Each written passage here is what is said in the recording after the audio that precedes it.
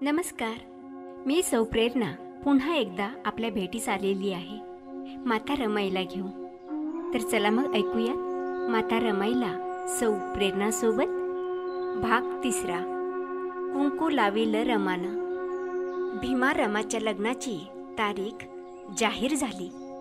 भायखेड्याच्या मार्केटजवळील चाळीत आणि परळच्या डबक चाळीत चर्चा धावू लागली. रमाचं लग्न ठरलं. कोणाशी? रामजी सुभेदाराचा मुलगा, खूप शिकलेला आहे. बापरे, किती? यावर्षी 9व्या वर्गात आहे. पुढल्या वर्षी मॅट्रिक होणार. बापरे, आपल्या समाजात इतकं शिकलेला मुलगा नाही. भिक्खू वलनकराच्या रमाचं आयुष्य उजळून निघेल. पोर अनाथपणानं गांजली आहे. छान झालं बिचारीचं. इकडे डबक चाळीत चर्चांची कारंजी सुरू झाली होती. भीमाचं कौतुक करता करता काही लोक रमा शिकली नाही याचा उच्चारही करून जात होते. दोन्ही पार्ट्या काही समबल नाहीत.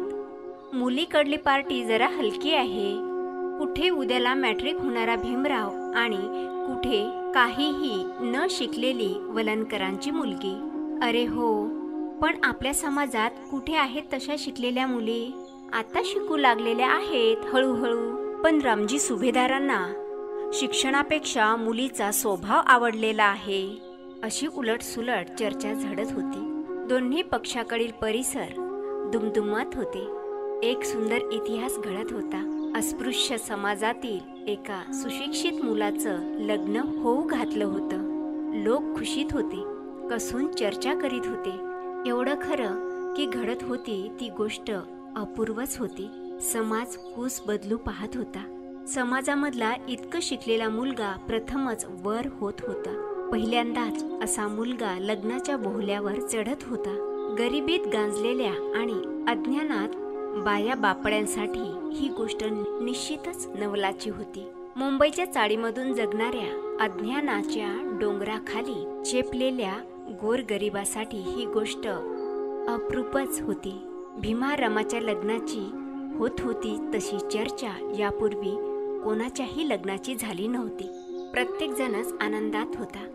प्रत्येकाच्या मनात उत्साहाची लाट उसळली होती. सगळ्यांनाच उत्सुकता होती. सर्वांनाच या लग्नाची अपूर्वाई वाटत होती. असे लग्न ते प्रथमच पाहणार होते. उद्या परवा मॅट्रिक होणाऱ्या नवऱ्या मुलाचा रुबाब ते जवळून पाहणार होते. विश्वास बसू नये अशी गोष्ट ते पाहणार होते. भीमा रमाच्या नातेवाईकांच्या घरामध्ये आणि आजूबाजूच्या लोकांच्या मनामध्ये अगदी अनोखी रिमझिम चालू झाली होती. भीमा रमाचं लग्न असं रंगात येऊ लागलं होतं. यावेळी मध्येच एक संकट उभं राहिलं. रमापूर्वी भीमरावासाठी सुभेदारांनी 2 मुली पसंत केल्या होत्या. त्यातल्या पहिलीलाही त्यांनी नकार दिला होता. दुसरीलाही नकार दिला होता. त्या दोन्ही मुलीकडची मंडळी सुभेदारांकडे आली. त्या मुलींच्या पालकांना न्याय हवा होता. त्यांनी जात पंचायत बसवली. आमची मुलगी पसंत करून नकारल्यानं आमच्या पोरीला आता खोट लागली. आता तिला कोण मागणार? आमच्या पोरीत काय वाईट होतं? या पोरीत काही दोष आहे असं लोक म्हणतील. सुभेदारांनी असं का केलं? जात पंचायतीनं योग्य निकाल द्यावा, नाहीतर आम्ही होऊ घातलेलं लग्न होऊ देणार नाही. दुसऱ्यांदा पसंत आलेल्या मुलीकडचे लोक आले होते. त्यांनीही वरच्यासारखाच आरोप सुभेदारांवर केला. सुभेदारांनी शांतपणे अपराध कबूल केला. पंच म्हणाले, सुभेदार, आपण असं का केलं?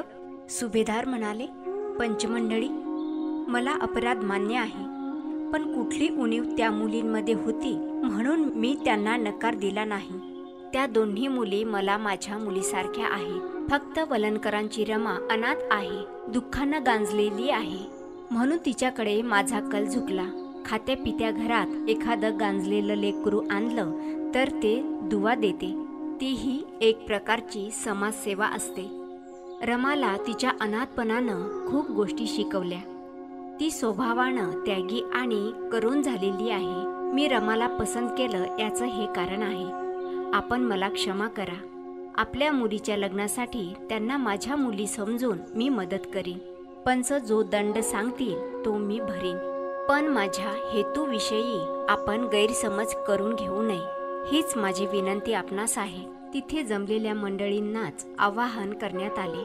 त्याप्रमाणे त्या मुलीच्या लग्नाचं पक्क झालं. सर्वत्र आनंद झाला. सुभेदारांनी दंड भरला. सुभेदार दोषमुक्त झाले. ठरलेल्या तारखेकडे भीमा रमाचे लग्न सरकू लागले. वातावरण आता सर्व दृष्टीने निरभ्र झालं होतं. लग्नाचा मोसम जवळ सरकू लागला होता. लग्नाचा दिवस येऊन ठेपला. लग्नाचं स्थळ होतं भायखेड्याची बाजार ओढ. रमा नवरी झाली होती.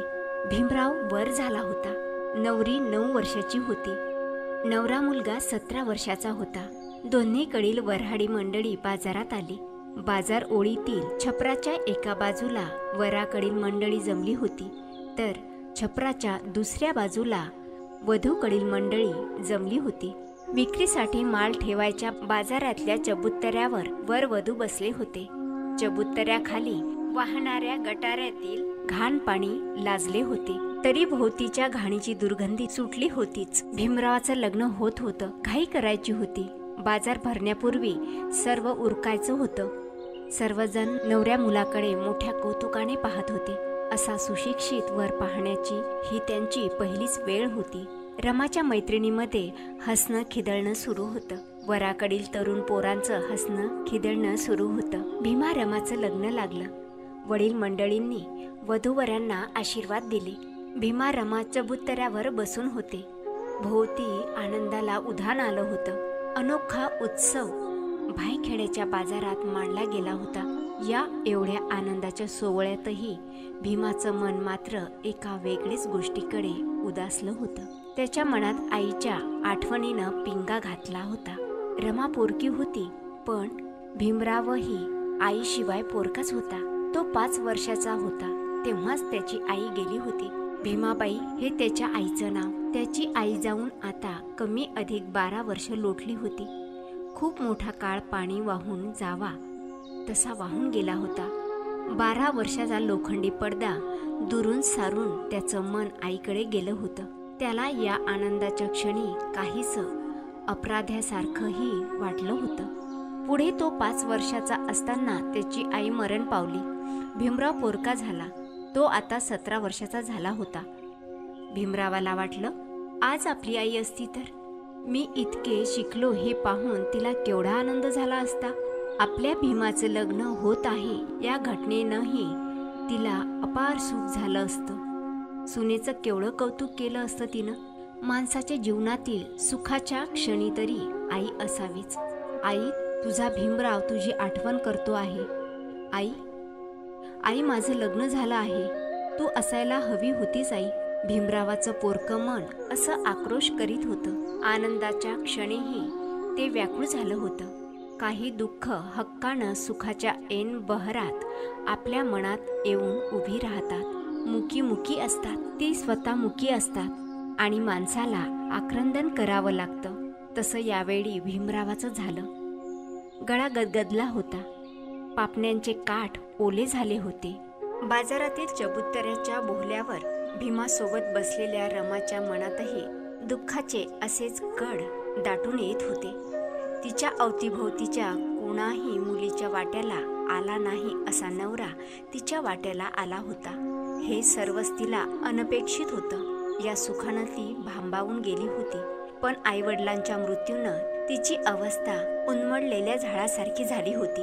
तिच्या काळजाचं संगीतच मुकं झालं होतं. वाऱ्यानं आग भडकावी तसं आईबाबाच्या आठवणीनं तिचं मन भडकलेलं होतं.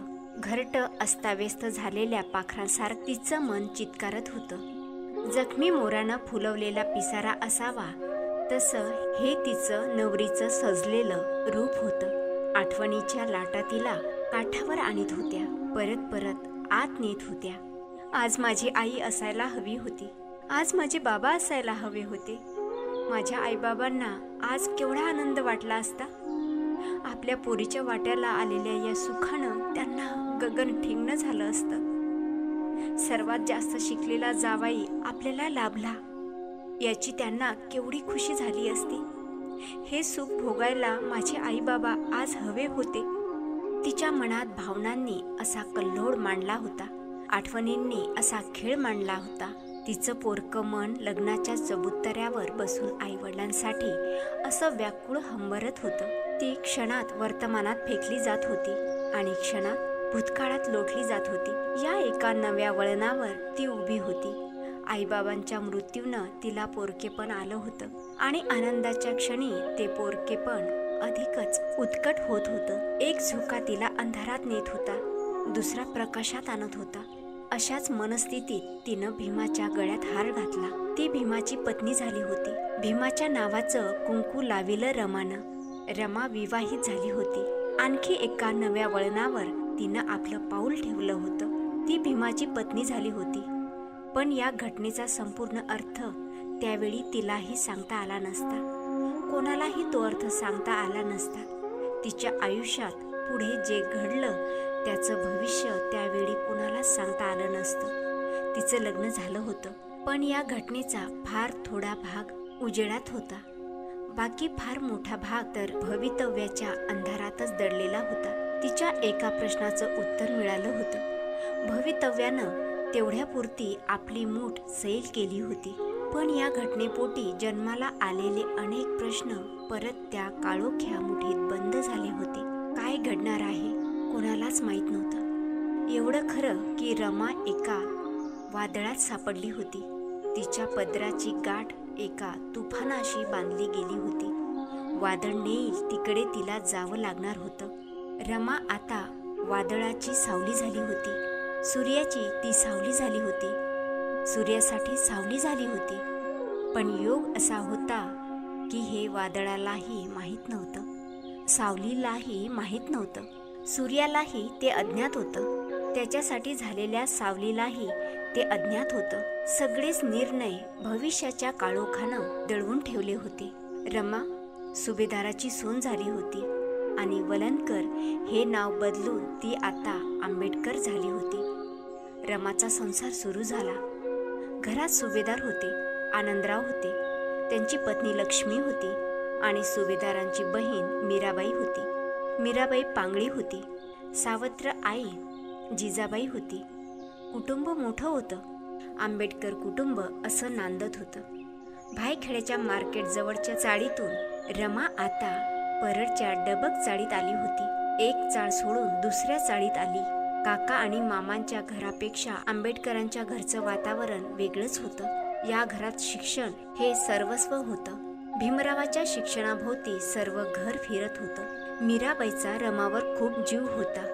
तिच्या आईप्रमाणेच मीराबाई सुद्धा तिला व्यवहार सांगत असत.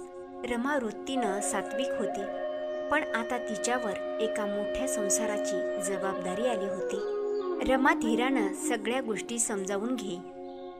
भांबावून जाऊ नको. लक्ष्मी तुझ्या मदतीला आहेच. रमाला आनंद वाटे. धीर येई. मीरा आत्या तिला आईसारखी वाटे. मीरा आत्या भीमरावाच्या अभ्यासाबद्दल तिला खूप काही सांगे. तिलाही त्या अभ्यास वेळ्याचं नवल वाटे. नवऱ्याचा अभिमान वाटे. मॅट्रिकचा निकाल लागला. सर्वांनाच भीमरावाचा गर्व वाटला. पण रमाचं तर काळीजच सुपा एवढं झालं. या सुपा एवढ्या काळजानं तिनं भीमरावाला ओवाळलं. नवऱ्याचं कौतुक कोणत्या शब्दात करावं हे तिला सुचेना, पण तेही शब्दाने बोललीच नाही. तिचे डोळेच काय ते बोलले. रमाला खूप धन्यता वाटली. भीमरावाचा सत्कार झाला. सी के बोले अध्यक्ष होते. केळुस्कर गुरुजी वक्ते होते. भीमराव उत्सव मूर्ती होते. खूप हार घातले. लोकांनी कौतुक केलं. नवऱ्याचं कौतुक ऐकताना आणि पाहताना रमाचं भावविश्व फुलत होतं. आनंदाचं चांदणं तिच्या वृत्तीच्या ताटव्यात फुलत होतं. घरी परतल्यानंतर भीमरावानं तिला एकांतात विचारलं, तुला काय वाटलं रमा माझ्याबद्दल? पुरानं नदी फुलावी तशी ती आनंदानं फुलली होती. म्हणाली, तुम्ही खूप मोठे आहात. केवढा? मला सांगता येणार नाही एवढे. खूप शिकीन मी. खूप शिका. मोठे व्हा. खूप मोठे व्हा. केवढा? कोणाला सांगता येणार नाही तेवढे. गदगदलेल्या मनानं रमा बोलत होती. आपल्या मॅट्रिक पास झालेल्या नवऱ्याचा पराक्रम पाहत होती. इतर या पराक्रमाला आशीर्वाद देत होते. त्याचं अभिनंदन करीत होते. रमा तर या पराक्रमाची सावलीच होती. या झेपावत निघालेल्या प्रवासाला साथ देण्याचं वचन तिनंही दिलं. वेगळ्या जबाबदारीनं रमाला बांधलं. अनेकांना अशा जबाबदारीशी बांधून घेण्याची संधीही मिळत नाही. रमाच्या वाटेला हे सुख आलं होतं. हे सुख जपण्याचा निर्धार तिनं केला. या सुखाला वाढवण्याचा निश्चय केला. रमाच्या आयुष्याला हे नवंच वळण मिळालं होतं. ती निघाली होती. ती अनाथ मुलगी निघाली होती. ती कोवळी मुलगी एका अनोख्या प्रवासाला निघाली होती. एक एक सुखच असं असतं की ते स्वतःच्या बदल्यात शेकडो दुःख पदरात टाकतात.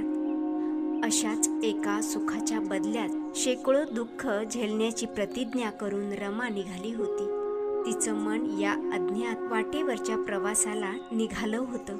हा प्रवास तिला कुठे नेणार होता? रमाच्या वाटेला काय काय येणार होतं? रमा हरणार होती की प्रवास पार करणार होती? प्रश्न तर नवे होते. त्यांना उत्तरे कशी मिळणार होती? पण आता थांबताही यायचं नव्हतं. थांबणं हाच मृत्यू ठरला असता. वादळाच्या सावलीला आता पर्याय नव्हता. भेटूया लवकरच. तोपर्यंत ऐकत रहा माता रमाईला सौ प्रेरणासोबत फक्त ऐका क्रिएशन या ऑफिशियली यूट्यूब चॅनलवर. धन्यवाद.